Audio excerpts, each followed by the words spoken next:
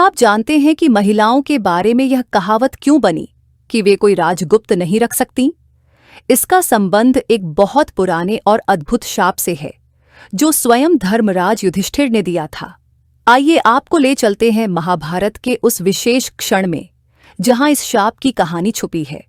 महाभारत का युद्ध समाप्त हो चुका था। कुरुक्षेत्र की भूमि, जो कभी वीरों की रणभूमि थी, अब खून से लथपथ और अस्त्र शस्त्र से भरी पड़ी थी। पांडव विजयी हो चुके थे, लेकिन यह जीत उनके दिलों में कोई खुशी नहीं ला सकी।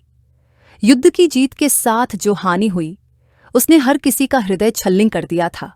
युधिष्ठिर, जिन्हें धर्मराज के नाम से जाना जाता था, अपनी विजय के बावजूद शांत नहीं थे। उनका मन गहरे दुख और पछतावे से भरा हुआ था। भाई भाई के बीच हुआ यह युद्ध, जिसमें अनगिनत योद्धा मारे गए, उनकी आत्मा को झकझोर रहा था। उनकी सोच केवल युद्ध के परिणामों पर ही नहीं रुकी, बल्कि उन्होंने अपने परिवार, अपने भाइयों और इस भयानक त्रासदी की जड़ के बारे में गहराई से विचार करना शुरू कर दिया। एक दिन युधिष्ठिर अपनी माता कुंती और भाइयों के साथ बैठकर बातें कर रहे थे।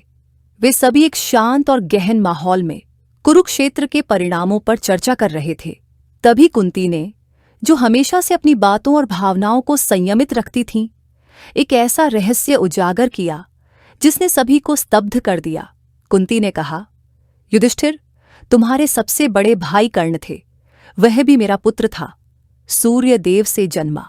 यह सुनते ही वहां बैठे हर व्यक्ति के चेहरों पर आश्चर्य और अविश्वास के भाव आ गए। अर्जुन, जिन्होंने कर्ण को युद्ध में मारा था, उनकी आंखों में पछतावे के आंसू थे। भीम, जो हमेशा कठोर और वीर दिखते थे, भी इस रहस्य से हिल गए। लेकिन युधिष्ठिर, जो धर्म के प्रतीक माने जाते थे, का मन क्रोध और पछतावे से भर गया। युधिष्ठिर ने गुस्से में कहा, मां, ये आपने क्या किया? यदि यह सत्य आपने पहले बता दिया होता, तो शायद यह युद्ध कभी नहीं होता। हमने अपने ही भाई से युद्ध किया और उसे मार दिया। इतनी हत्याएं, इतना विनाश, ये सब टल सकता था। उनकी आवाज में दुख और गुस्से का अद्भुत संगम था। उनकी बात सुनकर कुंती ने अपनी आंखें झुका लीं। कुंती ने धीमे स्वर में कहा, युधिष्ठिर, मैं जानती हूं कि मेरा निर्णय तुम्हें और तुम्हारे भाइयों को दुख पहुंचा रहा है, लेकिन वह एक ऐसा राज था जिसे मैं अपनी पूरी जिंदगी छुपाने को मजबूर थी। मैंने सोचा था कि इसे बताने से तुम्हारे भविष्य पर बुरा असर पड़ेगा। मैंने इसे गुप्त रखा क्योंकि समाज और मेरी परिस्थितियों ने मुझे मजबूर किया। लेकिन युधिष्ठिर का गुस्सा शांत नहीं हुआ। उन्होंने कहा, मां, आपने एक मां होते हुए भी यह बड़ा राज छुपाया, और जब यह राज खुला तो उसने सब कुछ तबाह कर दिया। इतनी जानें गईं, इतनी पीड़ा हुई, यह सब टाला जा सकता था। उन्होंने आगे कहा, इसीलिए मैं शाप देता हूं कि आज से कोई भी महिला किसी राज को हमेशा के लिए गुप्त नहीं रख पाएगी। किसी न किसी दिन वह रहस्य सबके सामने आएगा।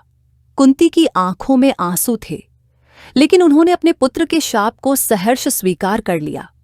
उन्होंने कहा, यदि मेरे इस पाप से यह सीख मिलती है कि सच्चाई को दबाना हमेशा विनाशकारी होता है, तो मैं तुम्हारे शाप को स्वीकार करती हूं। ये कहते हुए कुंती ने अपनी आत्मा को इस बोझ से मुक्त कर दिया। उनकी आंखों में पीड़ा थी, लेकिन एक प्रकार की शांति भी थी। ये घटना महाभारत के इतिहास का एक गहरा और भावनात्मक पल थी। ये केवल एक मां और बेटे के बीच का संवाद नहीं था, बल्कि इसने समाज में सच्चाई और पारदर्शिता के महत्व को दर्शाया। युधिष्ठिर का यह शाप एक प्रतीक बन गया कि किसी भी रहस्य को दबाकर नहीं रखा जा सकता, और तभी से यह धारणा बनी कि महिलाएं किसी राज्य को लंबे समय तक गुप्त नहीं रख सकती। तो अब जब भी आप सुनते हैं कि महिलाएं कोई राज गुप्त नहीं रख सकती, तो समझ लीजिए कि यह केवल एक आदत नहीं, बल्कि धर्मराज युधिष्ठिर का दिया हुआ शाप है, जो हमें सच्चाई और पारदर्शिता की शक्ति का संदेश देता है। युधिष्ठिर का यह शाप सिर्फ एक शाप नहीं, बल्कि सत्य और नैतिकता की जीत की गाथा है।